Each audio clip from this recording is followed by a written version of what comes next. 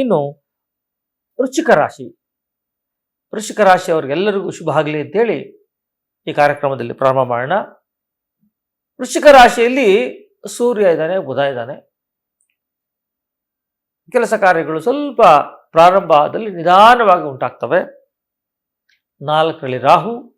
ಯಾವುದೇ ವ್ಯವಹಾರಗಳನ್ನು ಅಂದರೆ ಕೊಡ್ತಕ್ಕಂಥ ವ್ಯವಹಾರಗಳನ್ನು, ಯಾವ ವ್ಯವಹಾರ ಅದು, ಸ್ಪೆಷಲ್ ಆಗಿ ಭೂ ವ್ಯವಹಾರಗಳನ್ನು ಬಹಳ ಜಾಗೃತಿಯಾಗಿ ನೋಡ್ಕೋಬೇಕು ಈ ನವೆಂಬರ್ ತಿಂಗಳಲ್ಲಿ.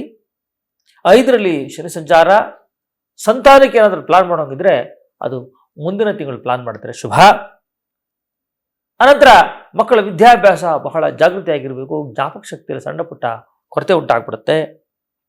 ಆದರೂ ವೃಶ್ಚಿಕ ರಾಶಿಯವರಿಗೆ 9ರಲ್ಲಿ ಗುರು ಇರೋದ್ರಿಂದ ಈ ಎಲ್ಲ ದೋಷಗಳನ್ನು ಪರಿಹಾರ ಮಾಡ್ತಾನೆ. ಅಂದರೆ ಗುರುವಿಗೂ ಶನಿಗೂ ಅಷ್ಟು ಬಲ ಇರುತ್ತೆ.